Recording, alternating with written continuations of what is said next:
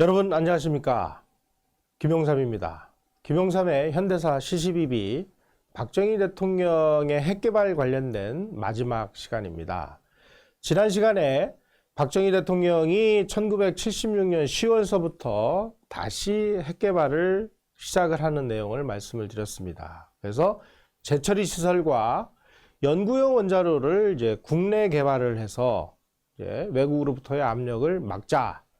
그렇게 해서 이제 핵개발에 돌입한 사실을 말씀을 드렸고, 그리고 78년도 9월 달에 우리가 지대지 미사일 성공한 내용도 말씀을 드렸습니다. 그리고 이제 1979년 위기가 닥쳐오기 시작을 했습니다. 팔레비가 실각을 하고 호메니의 아주 회교 원리주의 정권이 들어서면서 테헤란에 있는 미 대사관에 난입을 해서 대사관 직원 52명을 인질로 잡고 이런 일들이 벌어지기 시작을 했습니다. 위기로 시작한 1979년이었습니다. 그 당시 미국 대통령 카터가 인질로 잡혀있는 미국 대사관 직원들을 구출하기 위해서 특공대를 보냈는데, 이 특공대를 실은 이 헬기가 사막에 추락을 해서 이 작전이 실패를 하고, 이런 일들이 외신을 장악하던 그런 상황이었습니다. 1979년 10월, 바로 이 10월 달에 이 박정희 대통령이 이제 시해를 당하는데, 그 10월에 한국은 재처리 시설의 설계를 완료를 했습니다. 이제 짓기만 하면 되는 겁니다. 1979년 1월 3일 날 박정희 대통령이 이제 매년 새해가 되면 신년 구상을 합니다. 그런데 그날 그 해에는 1월 3일 날 부산에서 신년 구상을 하고 있는 중에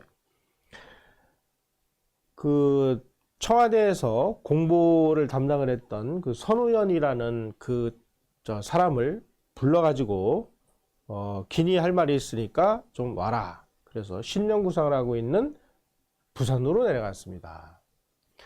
바로 이때 박정희 대통령이 선우연이라는 분에게 이렇게 얘기를 했습니다. 나는 1981년에 하야를 하겠다.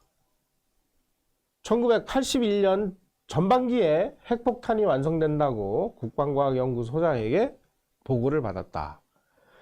핵폭탄을 개발하면 김일성이 감히 남침을 하지 못할 것이다. 설령 남침하더라도 우리가 핵을 던지면 북한도 날아갈 것이다. 따라서 우리는 공격을 위해서가 아니라 방어용을 위해서 지금 핵무기가 이제 개발 일보 직전에 와 있다. 1981년까지 핵무기가 완성이 되면 그해 국군의 날 여의도 행사를 부활시켜서 원자폭탄을 전 세계에 공개를 하고 나는 그 자리에서 사퇴 성명을 내고 사퇴하겠다. 자, 1979년 1월 3일 날 이미 청와대를 떠난 사람에게 그 사람을 불러서 이런 어떻게 보면은 최고 극비 중에 극비에 관한 사항을 이야기를 했습니다. 왜 그랬을까요? 왜? 지난 시간에도 말씀드렸습니다.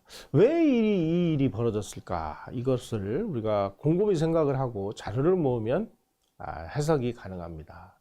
바로 이 선우연 씨는 그 당시 유명한 언론인이었던 조선일보 선우이 주필의 동생이었습니다.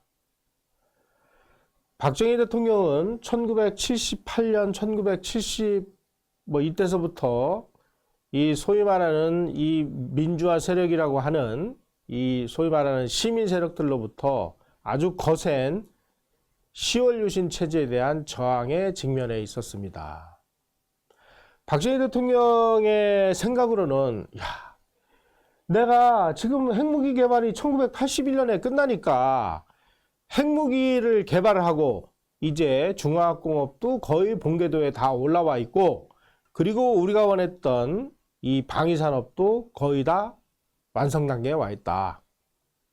이제 핵무기만 개발을 하면 내가 그것을 전 세계에다가 공개를 하고 내가 물러날 건데, 나에게는 지금 1979, 80, 81, 3년의 시간이 필요한데 도대체 지금 저 나를 물러나라고 하는 사람들의 저 압력이 저렇게 거세니 지금 내가 여기서 물러나면 내가 지금 추진하고 있는 핵무기 개발 사업, 중화학공업, 방위산업 이게 끝이 안 날 거다. 그러니 나에게 핵폭탄이 완성될 때까지 79년이니까 80, 81, 2년의 시간만 나에게 다오. 라는 것을 간접적으로 언론이나 사회 지도층 사람들에게 들어가도록 하기 위해서 일부러 이 조선일보 주필의 동생을 불러서 이 얘기를 했다라고 해석이 됩니다. 1979년에 우리는 농축 및 제철이 부분을 제외한 전 부분에서 원자력 산업의 기술 자립에 성공을 했고 같은 해 10월에 제철이 설비 설계를 완성을 했고 이제 이 제철이 설계도를 가지고 우리가 제철이 공장을 지어서 이미 만들어져 있는 이 사용 후 해결료 그것을 재처리하기만 하면 우리는 핵폭탄 원료를 확보할 수 있는 것입니다. 자, 이렇게 되니까 미국은 하여간 비상한 수단을 써서라도 이 박정희의 핵 개발을 막아야 되는 이런 급박한 상황이 됐습니다. 그럼 여기서 좀 안타까운 게요. 미국이 박정희 대통령의 핵 개발을 막는 그 정도의 노력과 그 정도의 압력의 강도와 그 정도의 협박과 이런 것을 북한에 사용을 했다면 과연 북한이 저렇게 거의 뭐 수소폭탄에 준하는 이런 원자폭탄을 만드는 데까지 이를 수 있었을까요? 저는 미국의 정책 당국자들에게 꼭 물어보고 싶습니다. 우리 핵무기는 막으면서 왜 북한 핵무기는 못 막아가지고 우리를 이렇게 소위 말하는 핵 인질이 되게 만들었냐 이거죠. 이게 한미동맹의 본질입니까? 우리가 뭘 잘못했다고? 박정희가 뭘 잘못했다고? 이렇게까지 핵무기를 개발하지 못하도록 이렇게 막느냔 말이죠. 1979년 9월 10일 날 김영삼 신민당 총재가 신민당 총재가 된 김영삼 씨가 바로 9월 10일 날 박정희 정권 타도를 선언합니다. 바로 이날 정말 심각하고 의미심장한 이야기를 합니다. 뭐라고 했느냐? 군부를 선동을 하는 연설을 했습니다. 이제 뭐 다 지난 얘기니까, 그리고 이미 김영삼이라는 사람이 뭐 고인이 된 사람이니까 우리가 이제 역사평가를 해야 되는 상황이 왔습니다. 그때 김영삼이 뭐라고 얘기를 했느냐? 군은 특정 정권을 위해 존재하는 것이 아니다. 군은 본래 임무에 충실해야 된다. 국민들이 총 걸기에서 항쟁하지 못하면 우리 모두 역사의 죄인이 된다. 이렇게 얘기를 했습니다. 그리고 9월 16일 날, 이로부터 6일 후인 9월 16일 날 김영삼이 뉴욕타임스하고 인터뷰에서 이렇게 또 얘기를 했습니다. 카터 미 행정부의 소수 독재 박정희 대통령 정부에 대한 지지 종식을 요구를 했습니다. 자, 현직 대통령은 내가 지금 원자폭탄을 만들기 위해서 2년의 시간이 필요한데 나에게 2년의 시간을 좀 달라 라고 이렇게 절박하게 얘기를 하고 있을 때 야당 총재라고 하는 이 김영삼이라는 사람은 군부를 사주해서 쿠데타를 지금 상징하는 이런 발언을 하지를 않나.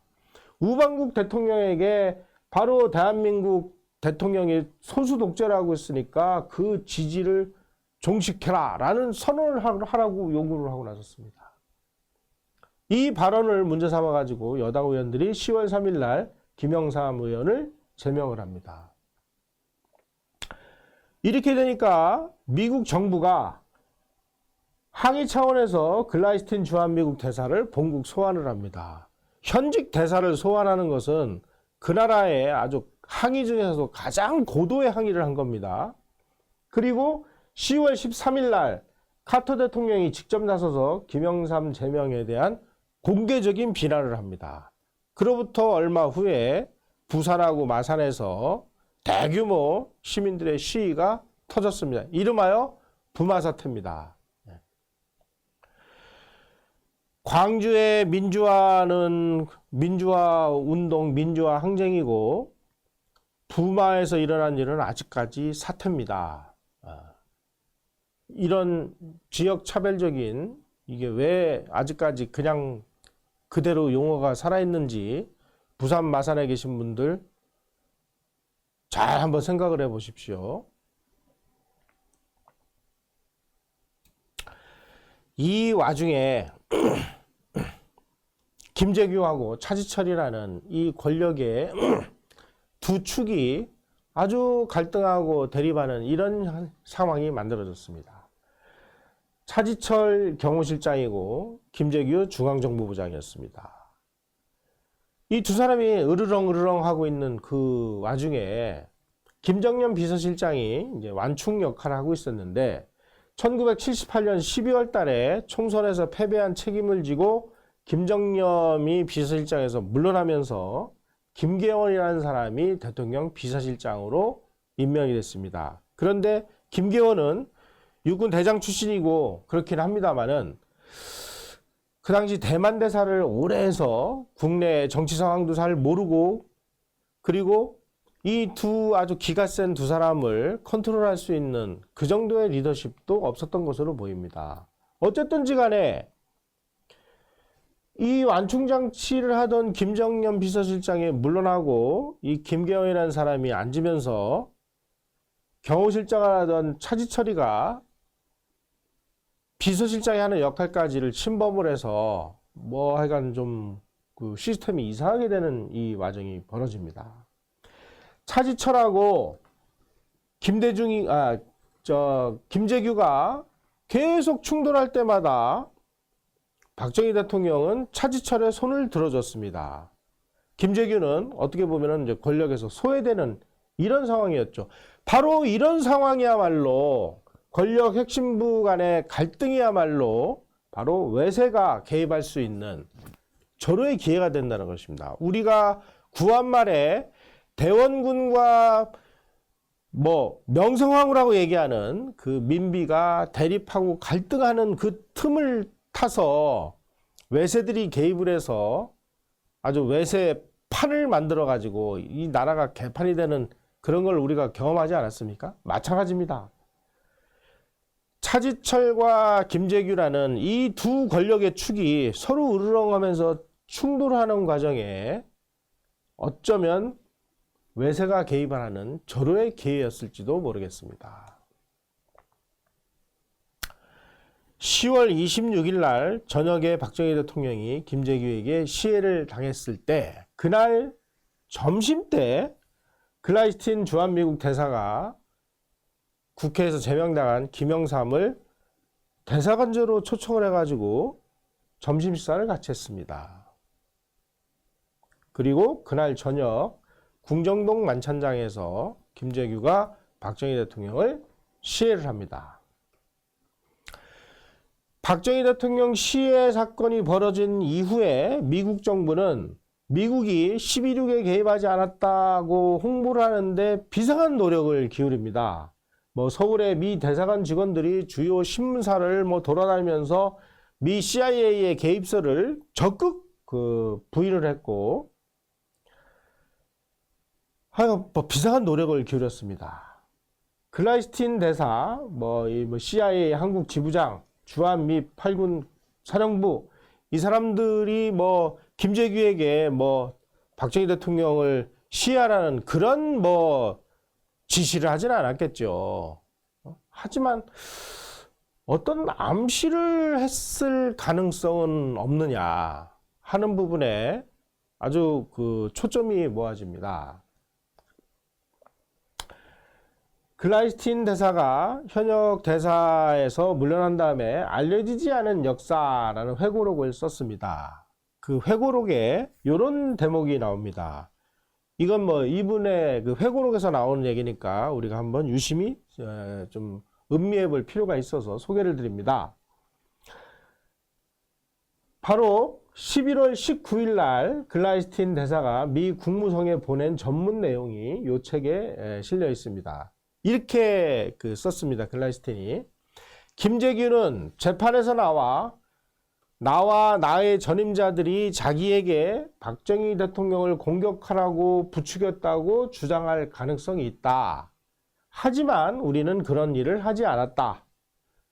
그러나 여기서부터가 중요합니다. 그러나 우리가 박정희 대통령 행동을 공개 비판한 것 때문에 김재규는 우리를 오해해서 박정희의 최후가 다가오고 있다든지 그가 사라지는 것을 미국이 좋아하지 않을 이유가 없다든지 하는 식으로 생각했을 가능성은 있다. 다시 말씀드리면 미국 정부가 박정희 대통령의 행동을 아주 공개적으로 비판했습니다. 어떻게 비판했느냐? 바로 글라이스틴 대사를 주한미 대사가 막 소환을 하지를 않나, 카터 대통령이 김영삼 제명을 공개 비난을 하거나 이런 행위들이 김재규로 하여금 그 미국의 의도를 오해를 해서 박정희의 최후가 이제 다가왔구나. 그러니까 미국이 저런 발언을 하고 저런 행위를 하는구나 라고 오판했을 가능성은 있다라고 인정을 한 거죠. 다시 말씀드리면 미국의 그러한 압력과 현직 대사를 소환하는 그리고 대통령의 공개 비난 이런 것들을 김재규는 박 대통령을 시해도 미국이 반대하지 않겠구나 라고 해석했을 가능성이 있다라는 사실을 글라이스틴 대사는 자기의 회고록에서 인정을 한 것입니다. 또 이렇게 얘기를 했습니다. 바로 이 책에서 한 얘기입니다. 미국의 지나친 압력과 불만 표시는 박 대통령의 정통성에 영향을 미쳤으며 우리의 조치와 발언들이 그의 죽음에 간접적인 압력을 가했을 것이다. 한미관계의 다른 문제들로 인해 대통령 생존에 대한 위협이 악화됐다. 여기서 얘기하는 다른 문제들이라는 것은 바로 박정희의 핵개발, 이것을 의미한다고 우리는 볼 수 있습니다. 이것도 1986년에 글라이스틴 이 사람이 이제 주한미 대사에서 임기가 끝난 다음에 미 조지타운 대학의 외교문제연구소가 발간하는 인권 외교라는 그 책자에 글라이스틴이 한국, 미국 관심의 특별한 대상이라는 논문을 기고를 했는데요. 그 논문에 이렇게 되어 있습니다. 미국의 총체적인 행동과 발언이 박정희의 몰락에 알지 못하는 사이에 막대한 영향을 끼쳤는지에 대해 자문해 봐야 된다. 다시 말씀드리면 현직 대사를 소환하고 카터 대통령이 김영삼 제명한 것을 막 공개 비난을 하고 하는 행동이 박정희를 의도적으로 몰락시켰다. 외교관들은 항상 발언을 이런 식으로 얘기를 합니다. 다시 말씀드리면 외교적인 용어를 다 걷어내고 있는 대로 직접 화법으로 얘기하면 미국의 압력이 김재규를 오해하도록 해서 김재규가 박정희를 시해를 해도 미국이 뭐라고 하지 않을 걸로 판단을 하도록 만들었다. 이런 얘기를 바로 한 것입니다. 미국은 1979년 12월 15일 날 전두환이 신군부 쿠데타를 무기를 했습니다. 탐사 전문 기자 팀 셔록에 의하면은 카터 행정부의 고위 관료들이 신군부의 5.17 쿠데타 열흘 전에 승인을 했다. 박정희가 시해된 지 열흘 후에 카터 대통령, 그 당시 국무장관 사이러스 벤스, 국무차관 워런 크리스토퍼, 그리고 동아태 차관보인 리처드 홀브룩, 주한미 대사 윌리엄 글라이스틴으로 이루어진 극비 정책 설정단을 구성을 해서 이 모임에서 한국 상황을 집중 조사한 이후에 카터 행정부의 한국의 새 정책 노선이라는 것을 발표를 했는데, 그 내용에 이제 한국의 핵무기 관련된 내용, 그리고 전두환 신군부에 대한 정책, 이런 것들이 들어있었다라고 얘기를 합니다. 자, 이제 전두환의 신군부가 등장을 하고, 미국은 카터 대통령이 재선에 실패를 하고 그 레이건 대통령이 대통령에 당선이 됐습니다. 레이건 대통령은 전두환의 집권을 승인하는 조건으로 대덕 연구단지와 ADD에서 핵 개발과 미사일을 개발하는 이 연구팀의 해체를 요구를 했습니다. 그래서 1980년 8월에 백곰 미사일을 개발하던 그 사령탑인 신문택 ADD 소장, 그리고 연구 책임자인 이경서 박사, 강인구 박사 등 간부 30명을 현직에서 해임시킵니다. 1981년 1월 달에 핵연료 개발공단, 이것을 원자력 연구소와 통합을 하고, 그래서 이름을 에너지 연구소로 변경을 해가지고 핵과 관련된 연구를 금지시킵니다. 재처리, 그 다음에 연구용 원자로 사업 통째로 다 날아가 버립니다. 1982년 12월에 신임 ADD 소장으로 김성진 씨를 부임을 시켜서 이 사람으로 하여금 총 인원 2,400명의 ADD 그 직원 중에 800명, 이 800명이 바로 박정희의 지시에 의해서 핵 개발 사업, 그리고 미사일 개발 사업에 종사하던 사람들이었습니다. 다 안에 쫓아가지고 완전히 초토화를 해버립니다. 이로 인해서 우리의 그 미사일 기술 몇십 년 뒤로 후퇴를 합니다. 세계 7번째로 우리가 지대지 미사일을 개발했던 그 기술적인 요인들 초토화가 되어버렸습니다. 바로 이때를 계기로 인해서 우리나라는 이 핵무기, 그 다음에 미사일, 이것이 북한보다 더 월등히 뒤떨어지는 이런 상황이 돼버린 것입니다. 미국이 한국에 가하는 그런 정도의 압력과 강도를 북한에다가 유유적절하게 행사를 했다면 오늘과 같은 이런 상황이 만들어졌겠느냐. 정말 가슴 아프고 안타까운 상황입니다. 더 웃기는 거는 1991년 11월 8일 날 노태우 대통령입니다. 한반도 비핵화 선언을 해요. 뭐라고 했느냐? 대한민국은 핵연료 재처리 시설 및 핵 농축 시설을 보유하지 않는다.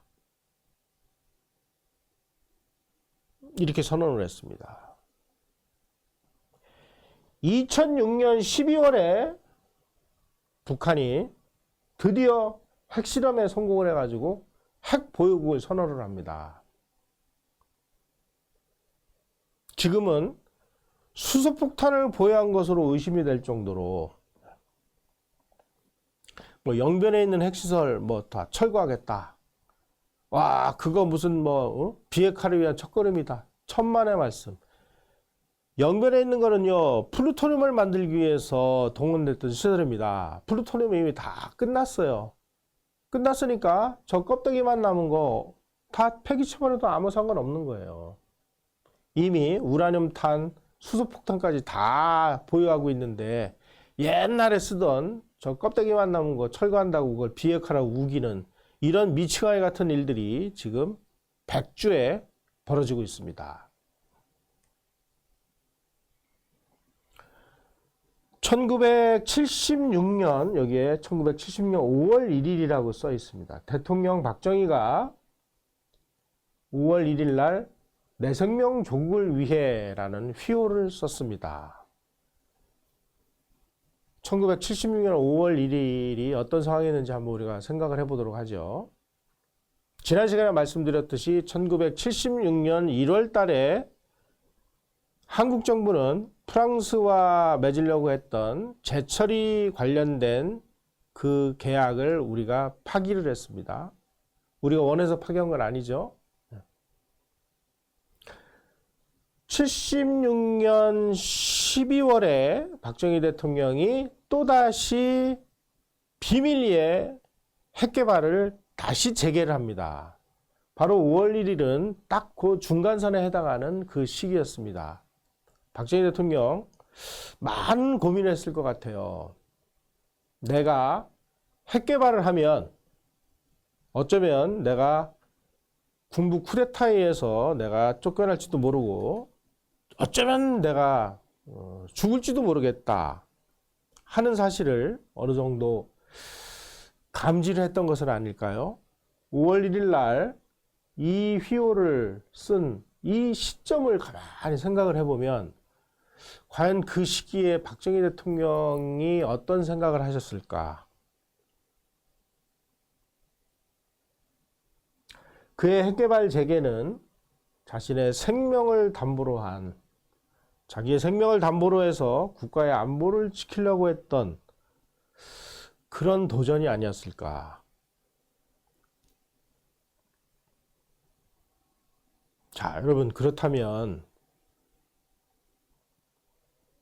김영삼이가 박정희 정권 타도를 선언을 한 것은 무엇을 위한 타도였을까요? 김재규가 10월 26일 날 박정희 대통령을 시해한 것은 무엇을 위한 시해였을까요? 11.6 때 김재규가 유신의 심장을 쐈다. 그 유신의 심장을 쏜 걸까요? 아니면 대한민국의 안보를 지키는 핵개발의 심장을 쏜 걸까요? 이제 우리는 냉정하게 역사평가를 해야 될 그런 시점이 왔습니다. 오늘같이 김정은의 그 말 한마디에 벌벌벌 떨고 이런 상황에서 연평도나 백령도를 김정은이가 공격을 해서 어느 날 점령을 하고 그리고 까불면 핵폭탄 터뜨려 버리겠어 라고 한마디만 얘기하는 날 대한민국 안보는 어떻게 될 것인지 여러분 상상을 해 보십시오. 마지막으로 한 가지 말씀드리겠습니다. 첫 번째 시간에 말씀드린 똑같은 내용입니다.